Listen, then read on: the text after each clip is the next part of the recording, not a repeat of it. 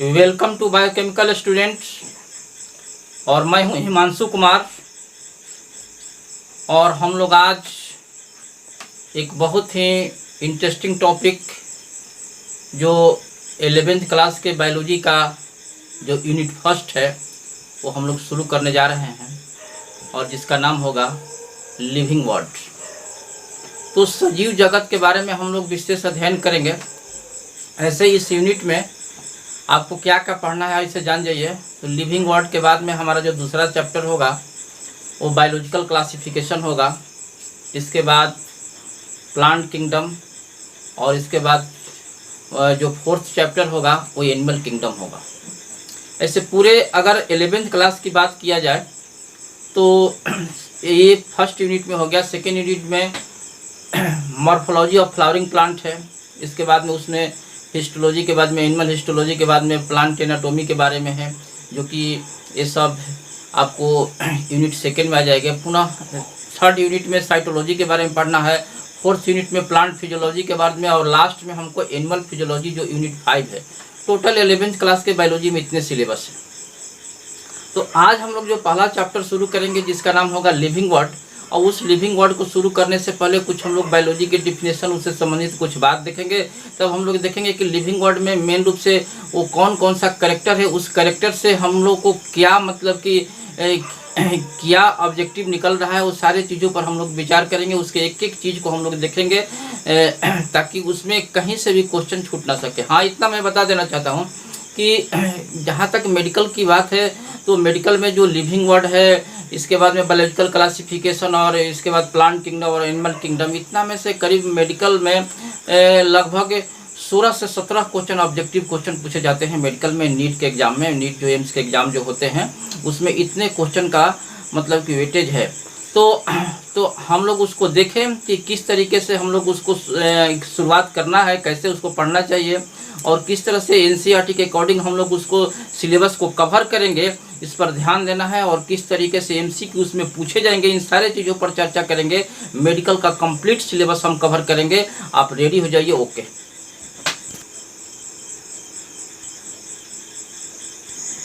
हाँ तो देखिए, सबसे पहले हम लोग देखें कि बायोलॉजी का डिफिनीशन हम लोग कैसे दे पाएंगे। तो देखिए, बायोलॉजी जो है एक ग्रीक वर्ड है और उस बायोलॉजी में जो दो टर्म है, एक जो है बायोस और लोगस। तो मैंने यहाँ लिखा है, देखिए समझिए इसके बाद को कि बायोलॉजी का मैं कि it is composed of Greek word. और ग्रीक वर्ड का मतलब है क्या चीज़, उस बायोलॉजी के हिसाब से एक टर्म जो है इसका बायोस है, दूसरा जो है लोगस। तो बायोस का मतलब होता है लाइफ और लोगस का मतलब होता है टू स्टडी। कहने का मतलब कि स्टडी ऑफ लाइफ, और स्टडी ऑफ लाइफ कहने का मतलब है कि साइंस ऑफ लाइफ। कहने का मतलब कि ये जीवन का विज्ञान है, हमारे लाइफ से संबंधित जो विज्ञान है वही बायोलॉजी है। अब रही बात कि कैसे हम इसको डिफाइन करेंगे, तो ये पूरे जो सजीव जंतु है, जितने भी लिविंग ऑर्गेनिज्म है, जो उसकी जो कहानी इस अर्थ पर है, जो लाइफ जो गुजर रहा है, उसका जो अर्थ पर जो उसका हिस्टोरी जो चल रहा है वही बायोलॉजी है। कहने का मतलब है कि the story of life on the earth is called biology. या फिर हम ये कह सकते हैं कि the story of evolution of life on the earth is called biology. या फिर कह सकते हैं कि the study of living object and their life processes. कहने का मतलब कि किस तरह से उसकी जीवन गुजर रहा है, इस पूरे धरती पर जीवन की उसकी क्या कहानी है, क्या उसका क्रमिक विकास है, वही तो बायोलॉजी है और तो कुछ नहीं है। तो मैंने उसी बात को यहाँ लिखा है, देखिए कि the story of life on the अर्थ। एक छोटी सी बात है, आपसे कोई भी पूछता है कि the story of life on the earth, पृथ्वी पर जो मतलब कि जीव की जो कहानी है क्या है वो, अरे वो बायोलॉजी है और क्या है। अगर कोई ऐसे भी कहता है the story of evolution of living organism on the अर्थ, मतलब क्या कि अर्थ पर सजीव वस्तु के विकास की जो कहानी है वही बायोलॉजी है। या फिर आप कह सकते हैं ऐसे the study of living objects and their life processes. कहने का मतलब है कि सजीव वस्तुओं का जो अध्ययन हम लोग करते हैं, उसका जीवन जो गुजर रहा है, तो जो जीवन गुजर रहा है उसका क्या कहानी चल रहा है, किस तरह से प्रोसेस चल रहा है, उस सजीव वस्तु के जितने भी कैरेक्टर है उसके साथ सब जुड़े हुए हैं, वही तो बायोलॉजी है। और हाँ, यहाँ देखिए कि बायोलॉजी के जो फादर थे एरिस्टोटल, इसको याद रखिएगा। और बायोलॉजी टर्म को किसने दिया था? लेमार्क एंड ट्रेविरेनस ने दिया था। तो याद रखिएगा, कभी आ सकता है कि बायोलॉजी टर्म को किसने दिया था। अब रही बात की ब्रांचेज ऑफ बायोलॉजी, बायोलॉजी की जो शाखाएं हैं, तो मुख्य रूप से हम यहाँ पर बोटनी, जूलॉजी और माइक्रोबायोलॉजी की चर्चा करेंगे, और इतना ही में हमारा जो सिलेबस जो है सब कवर है। तो बोटनी कहने का मतलब है कि the study of different aspect of plant, माने प्लांट के बारे में अध्ययन करना। अब जूलॉजी की बात है कि एनिमल के बारे में अध्ययन करना, the study of different aspect of animal. अगर माइक्रो ऑर्गेनिज्म की बात करते हैं, माइक्रोबायोलॉजी की बात करते हैं, तो माइक्रोबायोलॉजी में माइक्रो ऑर्गेनिज्म का अध्ययन करते हैं। तो ठीक उसी तरह से the study of different aspect of micro organism. तो कहने का मतलब है कि बोटनी में क्या करते हैं हम लोग, तो बोटनी में प्लांट का अध्ययन करते हैं। तो सब एक ही जैसा डिफिनेशन है, the study of different aspect of plant. इसमें प्लांट रखेंगे, इसमें एनिमल है, इसमें माइक्रो ऑर्गेनिज्म। कहने का मतलब कि जितने भी सूक्ष्म जीव है, जैसे बैक्टीरिया, वायरस, ये सब जितने भी होते हैं, ये सब इसके अंदर आ जाएगा। तो याद रखिएगा कि बायोलॉजी में मेन रूप से इसका जो डिफिनेशन है वो क्या है, the story of life on the अर्थ, या फिर कह सकते हैं the story of evolution of living organism on the अर्थ। बात एक ही हुआ, या फिर कह सकते हैं शॉर्ट में आप कह सकते हैं the story of life on the earth, call biology, बिल्कुल सही है। या फिर कह सकते हैं the study of living objects and their life processes is called biology. तो ये सारा चीज आप नोट कर लीजिए, आगे बढ़ते हैं।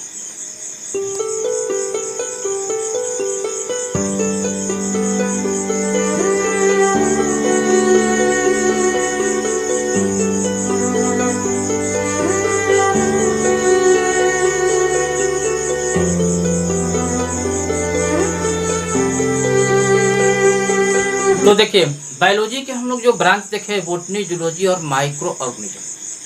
तो अब आते हैं हम लोग की बोटनी के बारे में कि बोटनी के फादर कौन थे। तो बोटनी के जो फादर थे वो थियोफ्रास्टस थे। जूलॉजी के फादर कौन थे, तो जूलॉजी के फादर याद रखिएगा कि जूलॉजी के जो फादर हैं एरिस्टोटल हैं, वही बायोलॉजी के भी फादर हैं।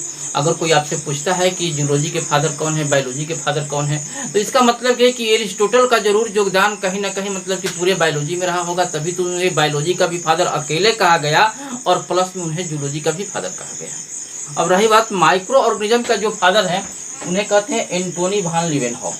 तो ये थोड़ा सा याद आपको रखिएगा कि बोटनी के जो फादर हैं थियोफ्रास्टस, जूलॉजी के जो फादर है एरिस्टोटल, और माइक्रोबायोलॉजी के जो फादर हैं कौन, एंटोनी वान लीवेनहॉक, जो माइक्रो ऑर्गेनिज्म में सूक्ष्म जीव का अध्ययन हम लोग करते हैं, मतलब कि माइक्रोबायोलॉजी कहलाएगा उसको। तो उसके जो फादर हैं वो कौन है, वो है एंटोनी वान लीवेनहॉक। तो याद रखिएगा इस बात को कि एक तरफ बायोलॉजी के फादर एरिस्टोटल और दूसरी तरफ हम लोग जूलॉजी के भी फादर। हम इस बात की चर्चा हम जब बायोलॉजिकल क्लासिफिकेशन पढ़ाएंगे तो थोड़ा सा वहाँ भी हम करेंगे, कैसे कैसे क्या चीज़ है, सारी चीज़ बताएंगे आपको, एक एक चीज़ बताएंगे, कहीं से क्वेश्चन मिस नहीं होगा। तो सुनिए हमारी बात। तो अब आते हैं हम लोग अपने पहले पार्ट पर। ये पहले पार्ट जो हमारा है, मतलब कि फर्स्ट यूनिट का 11th क्लास का जो पहला यूनिट है living word, the living word के बारे में हम लोग थोड़ा जाने। तो सजीव जगत माने सजीव जगत जो है, मतलब कि सजीवों के अंदर मेन रूप से वो कौन कौन सा करेक्टर है जिसे ये साबित कर सके कि सजीव, मतलब कि सजीवों की जो गुण को ये डिफाइन करता है। कहने का मतलब है कि डिफाइनिंग फीचर के रूप में है।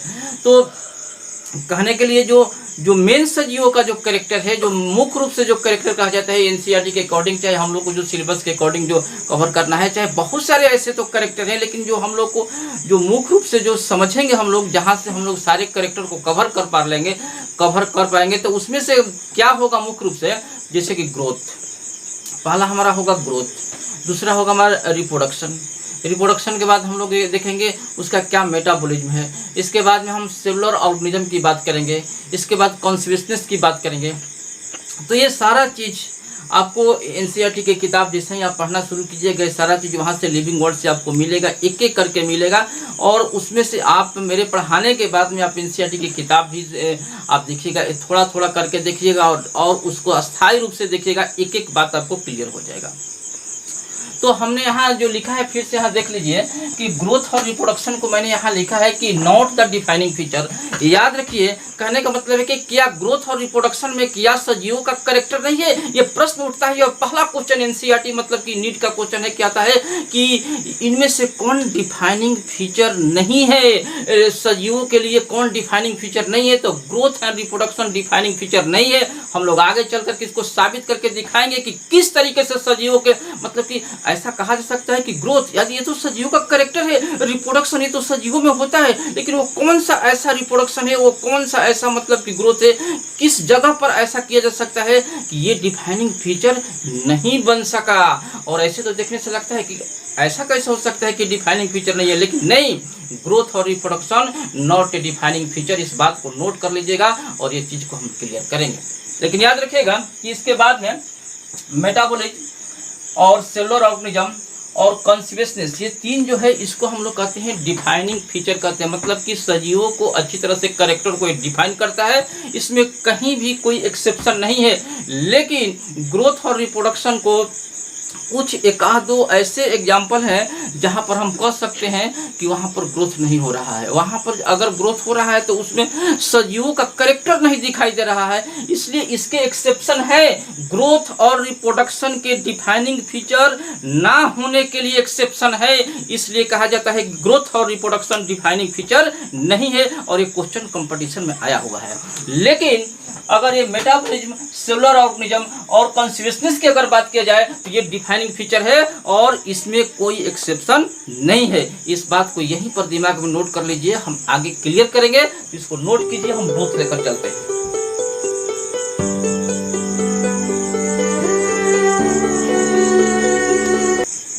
तो देखिए, अब हम लोग सजीवों के जो कैरेक्टर है, जो उसकी जो विशेषताएं हैं, हम लोग पहले एक कैरेक्टर जो हम लोग देखेंगे ग्रोथ। तो सबसे पहले दिमाग में रखना है कि ग्रोथ में होता क्या चीज है। देखिए, ग्रोथ की परिभाषा लिखना एक अलग बात है, लेकिन ग्रोथ की परिभाषा को सही तरह से स्पष्टीकरण करना, जहां से हम लोग को क्वेश्चन आएगा, इस पर हम लोग विचार करेंगे। तो कहा जाता है कि इंक्रीज इन नंबर, संख्या में वृद्धि होना, या फिर कह सकते हैं कि increase in weight of tissue और ऑर्गेनिज्म और इट्स पार्ट। मतलब कि टिश्यू के वेट में वृद्धि हो जाए या संख्या में वृद्धि हो जाए तो उससे कहेंगे कि ग्रोथ हुआ। दो बातें होती है ग्रोथ में, याद रखिए, increase in number and increase in weight of tissue. ये किसी ऑर्गेनिज्म के टिश्यू का वेट में वृद्धि होगा या उसके पार्ट के मतलब के वेट में वृद्धि होगा, माने उसका मास में वृद्धि होगा कहने का मतलब है, या फिर उसकी संख्या में वृद्धि होगी, तब कहेंगे कि ग्रोथ हुआ। याद रखिएगा, इस लफ्ज को मत भूलिएगा। दो बातें, increase in number, increase in weight of tissue. तो आप समझिए बात कि संख्या में वृद्धि क्यों होता है। अब यहाँ सवाल ये उठता है कि इंक्रीज इन नंबर को हम ग्रोथ कहेंगे, increase in weight of tissue को हम ग्रोथ कहेंगे, दोनों को मिलाकर हम ग्रोथ कहेंगे, तो संख्या में वृद्धि क्यों होती है? और संख्या में इसलिए वृद्धि होती है ड्यू टू सेल डिवीजन। याद रखिए बात को, इन सारे चीजों को मैंने क्लियर किया है। यहाँ पर देखिए कि increase in number and increase in weight, दो बातें होती है ग्रोथ में, एक संख्या में वृद्धि तो दूसरा वेट में वृद्धि, तो उसको हम क्या कहेंगे? ग्रोथ कहेंगे। और इस संख्या में वृद्धि होती है ड्यू टू सेल डिवीजन, और इंक्रीज इन वेट, वेट कब बढ़ेगा? अरे भाई, वेट कब बढ़ेगा? जब कोई टिश्यू है, इंटरनल या एक्सटर्नल कोई ग्रोथ होगा, एक्सटर्नल ग्रोथ हो चाहे इंटरनल ग्रोथ हो। तो कहने का मतलब है कि due to external and internal tissue formation. मान लीजिए कि कोई टिश्यू का फॉर्मेशन होता है, तो टिश्यू का जो फॉर्मेशन हुआ या तो इंटरनल ढंग से फॉर्मेशन होना या ऊपर से। अगर ऊपर से किसी बॉडी का डिपोजिशन होता है, किसी सबस्टांस का डिपोजिशन होता है, कोई मटेरियल का डिपोजिशन होता है, डेट इज कॉल्ड ग्रोथ। अब सवाल उठता है कि किस प्रकार के मटेरियल का डिपोजिशन होता है तो हम ग्रोथ कहेंगे। क्या वो ग्रोथ किसी नॉन लिविंग में भी हो सकता है, या सिर्फ लिविंग में ही हो सकता है? क्या वो एक्सटर्नल मटेरियल कोई नॉन लिविंग मटेरियल हो सकता है जहां पर वो डिपोजिशन हो रहा है? बात समझिए। यहाँ पर मैंने यहाँ क्या कहा है कि इंक्रीज इन वेट, एक एक बात को कंसेप्ट समझना है, तब आपको एनसीईआरटी की बातें क्लियर होगी और तब जाकर के एमसीक्यू बनेगा। वेट में वृद्धि होती है due to external and internal tissue formation. अभी तक हम सिर्फ इतना ही जाने कि मैंने क्या लिखा है कि due to external and internal tissue formation. हो सकता है कि एक्सटर्नल बातें किसी लिविंग में, किसी नॉन लिविंग में क्या क्या बातें हो सकती है, उस पर हम लोग विचार करेंगे। और फिर हमको ये भी साबित करना है कि ग्रोथ जो है वो डिफाइनिंग फीचर नहीं है। अभी तो लग रहा है अरे ये कैसे हो सकता है, ग्रोथ तो सजीवों का ही कैरेक्टर है, लेकिन मैं साबित करके दिखाऊंगा कि नहीं, ग्रोथ को हम लोग डिफाइनिंग फीचर के रूप में नहीं रख सकते हैं। अभी आप जानिए कि इंक्रीज इन वेट कहने का मतलब है कि due to external and internal tissue formation, और इंक्रीज इन नंबर कहने का मतलब है ड्यू टू सेल डिवीजन। तो ये बात को नोट कर लीजिए। देखिए यहाँ पर ग्रोथ हमेशा क्या होता है, इरिवर्सेबल होता है। ग्रोथ कहने का मतलब कि परमानेंटली इरिवर्सेबल ग्रोथ है। किसी ऑर्गेनिज्म में देखा जाएगा कि परमानेंटली जो ग्रोथ हो रहा है मतलब एक तरफा इरिवर्सेबल होता है। तो बात को याद रखिएगा कि इरिवर्सेबल होता है। ग्रोथ कैसा होता है, इरिवर्सेबल परमानेंट होता है। तो मैंने यहाँ लिखा है कि growth is an irreversible permanent increase in size of N organism. किसी ऑर्गेनिज्म के साइज में जो वृद्धि होती है वो इरिवर्सेबल होता है, वो परमानेंट होता है, जिसको हम ग्रोथ कहेंगे। क्लियर? और इट्स पार्ट और इवन ऑफ एन इंडिविजुअल, कहने का मतलब कि इंडिविजुअल सेल में जो मतलब कि उसके साइज में जो वृद्धि होती है वो इरिवर्सेबल होता है और इरिवर्सेबल परमानेंट होता है। इरिवर्सेबल परमानेंट होता है। ये ग्रोथ पे दूसरी बातें याद रखना है, दिमाग में नोट कर लेना है। याद रखिएगा कि ग्रोथ हमारे बॉडी में हो रहा है तो क्यों हो रहा है, किसके परिणाम स्वरूप हम कह सकते हैं कि ग्रोथ हो रहा है। बताइए कि हमारे शरीर में बहुत सारी क्रियाएं होती है, बहुत सारा केमिकल रिएक्शन होता है। वो केमिकल रिएक्शन क्या है? Sum of the all the chemical reaction occurs in an organism. किसी सजीव वस्तु में जो टोटल केमिकल रिएक्शन होता है दैट इज कॉल्ड मेटाबॉलिज्म। और वो मेटाबॉलिज्म तो दो तरह के हो सकते हैं, एक होता है एनाबॉलिज्म, दूसरा होता है काटाबॉलिज्म। कि हमारे शरीर में किसी चीज का निर्माण भी हो रहा है तो किसी चीज का विनाश भी हो रहा है। अगर कोई साइंथिफिक रिएक्शन हमारे बॉडी के अंदर हो रहा है तो हम कह सकते हैं कि मान लीजिए कि दोनों क्रियाएं हो रही है। एक तरफ से मान लीजिए कि काटाबॉलिज्म हो रहा है, कहने का मतलब कि डिस्ट्रक्टिव रिएक्शन हो रहा है, दूसरी तरफ साइंथिफिक रिएक्शन हो रहा है। यदि साइंथिफिक रिएक्शन हमारे बॉडी के अंदर यदि डिस्ट्रक्टिव रिएक्शन से कहीं ज्यादा हो गया दैट इज कॉल्ड ग्रोथ। और that growth is known as positive growth. Growth हो गया उसको भी कहेंगे माने पॉजिटिव ग्रोथ हो रहा है, मतलब कि हमारे बॉडी में जो बनने की क्रिया जो है वो बिगड़ने की क्रिया से ज्यादा होती है। निर्माण जो हो रहा है वो विनाश से ज्यादा हो रहा है, तो हम कह सकते हैं कि ये पॉजिटिव ग्रोथ हुआ। क्लियर? अच्छा ये बताइए कि क्या काटाबॉलिज्म की क्रिया ज्यादा हो जाएगी हमारे बॉडी में, कहने का मतलब है कि साइंथेटिक रिएक्शन कम हो जाएंगे और डिस्ट्रक्टिव रिएक्शन ज्यादा हो जाएगा। कहने का मतलब है कि जितना हमारे बॉडी में जो चीज बनना चाहिए उससे कहीं ज्यादा विनाश हो रहा है, तो क्या ग्रोथ होगा या नहीं होगा? ग्रोथ होगा। कैसा ग्रोथ होगा? निगेटिव ग्रोथ होगा, डिस्ट्रक्टिव ग्रोथ होगा, डिग्रोथ होगा।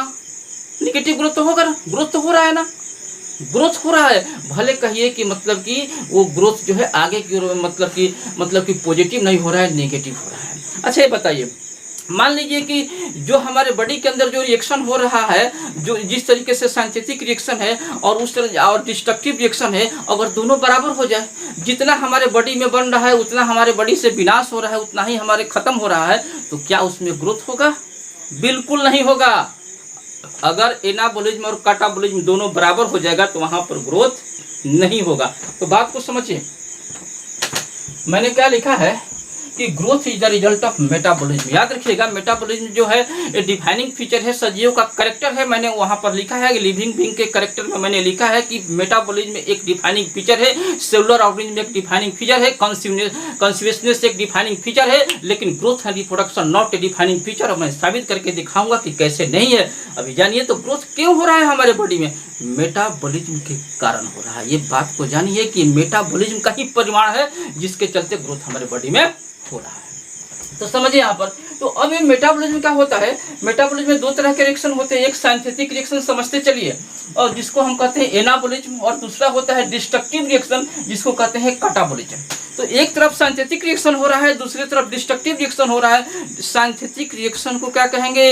एनाबॉलिज्म। और डिस्ट्रक्टिव रिएक्शन को क्या कहेंगे? काटाबॉलिज्म। अब बात को समझिए, मैंने यहाँ लिखा है कि कंडीशन फॉर ग्रोथ। ग्रोथ के लिए हमारा क्या शर्त हो सकता है कि इफ एनाबॉलिज्म ऐसा एरोजिया मतलब कि इंक्रीज कर रहा है और काटाबॉलिज्म डिक्रीज कर रहा है। कहने का मतलब है कि एनाबॉलिज्म जो है काटाबॉलिज्म की तुलना में ज्यादा हो रहा है। कहने का मतलब है कि ये बढ़ रहा है, ये घट रहा है, मतलब कि ये ज्यादा मात्रा में हो रहा है, ये कम हो रहा है, मतलब कि नीचे की ओर झुक रहा है। तो ऐसे केस में क्या होगा? पॉजिटिव ग्रोथ होगा।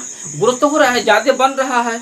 और काटाबॉलिज्म जो हमारा डिस्ट्रक्टिव प्रोसेस है वो मतलब कि वो एनाबॉलिज्म हमारा ज्यादा हो रहा है डिस्ट्रक्टिव प्रोसेस के अपेक्षा, तो पॉजिटिव ग्रोथ होगा। लेकिन यहाँ तक ये कहता है कि साइंथिफिक रिएक्शन मतलब कि एनाबॉलिज्म जो है अगर लेस हो जाएगा डिस्ट्रक्टिव रिएक्शन माने काटाबॉलिज्म। कहने का मतलब क्या है कि बनने की क्रिया जो है, साइंथेसिस होने की जो रिएक्शन है, हमारे बॉडी के अंदर जो रिएक्शन चल रहा है जिससे किसी चीज का निर्माण हो रहा है, अगर वो कम हो जाए डिस्ट्रक्टिव रिएक्शन से, तो क्या ग्रोथ होगा?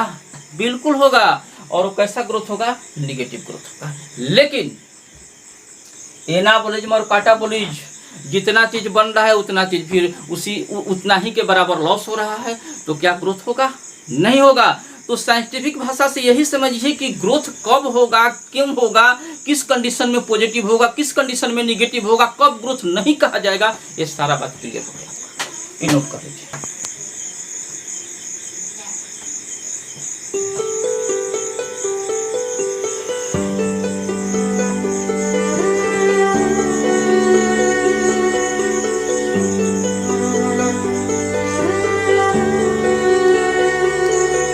तो देखिए, ग्रोथ में पुनः मैंने यहाँ लिखा है कि ग्रोथ में दो तरह के पुनः ग्रोथ को डिवाइड किया है। एक इंट्रिंसिक ग्रोथ और दूसरा एक्सट्रिंसिक ग्रोथ।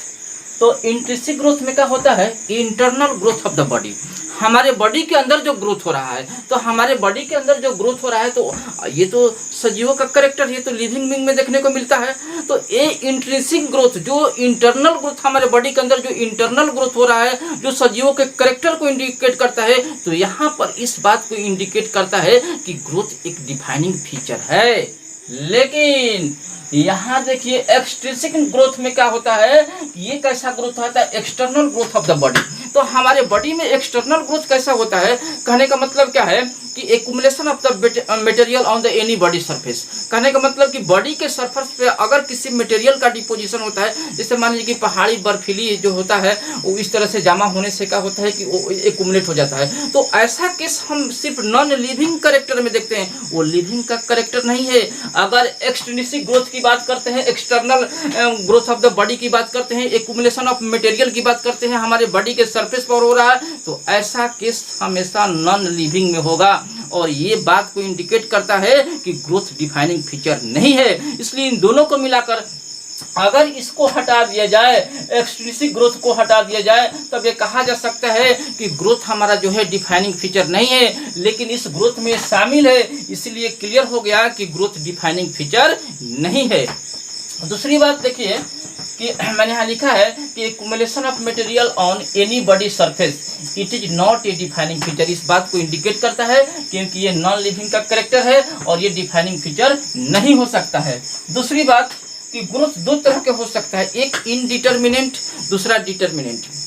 तो इनडिटर्मिनेंट कहने का मतलब क्या? उसको आप डिटरमाइन नहीं कर सकते हैं, अनलिमिटेड ग्रोथ होता है। बहुत सारे प्लांट को देखेगा कि 400 फीट का हो जाता है, तो क्या उसकी लंबाई को डिटरमाइन किया जा सकता है? क्या वो मतलब कि लिमिटेड ग्रोथ उसमें हुआ? नहीं, अनलिमिटेड हो गया। तो अनलिमिटेड ग्रोथ जिसमें होगा, जैसे कि प्लांट में, तो उसे कहेंगे इनडिटर्मिनेंट।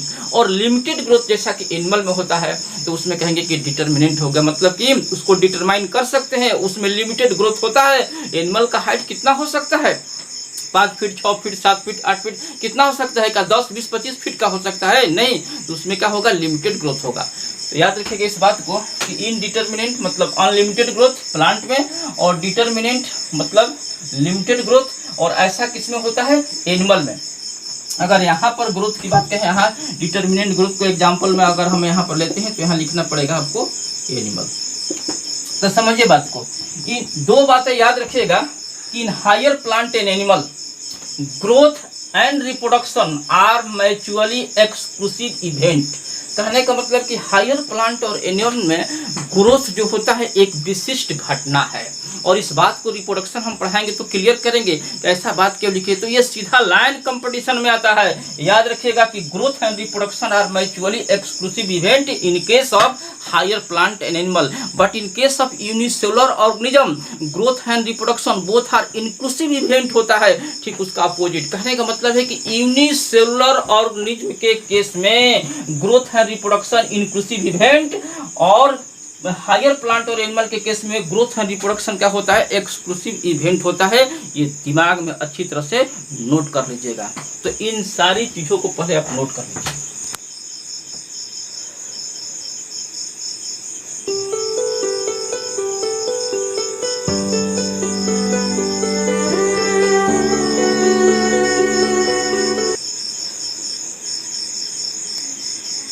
हाँ, तो देखिए मैं सजीवों का करेक्टर पढ़ा रहा था, उसके क्या उसकी विशेषता हो सकती है, क्या उसके करेक्टर हो सकते हैं।